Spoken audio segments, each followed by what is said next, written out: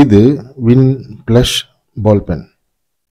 இதனுடைய ப்ரைஸ் ₹15 ரூபாய்க்கு கிடைக்குது. 5 விதமான கலர்ஸில் பாடி கலர் இருக்குது. கிளிப் பிளாக் கலர் தான். பிளாக் மற்றும் கலர்ஸ் பார்க்குறதுக்கு ரொம்ப அட்ராக்டிவாக இருக்குன்னு தான் சொல்லணும். இது ஒரு எக்ஸிக்யூட்டிவ் பென் மாதிரி டிசைன் இருக்குது. வின் ப்ளஷ் அப்படின்ட்டு பிளாக் பேக்ரவுண்டில் எல்லோ கலரில் பார்க்குறதுக்கு ரொம்ப அட்ராக்டிவாக இருக்குன்னு தான் சொல்லணும்.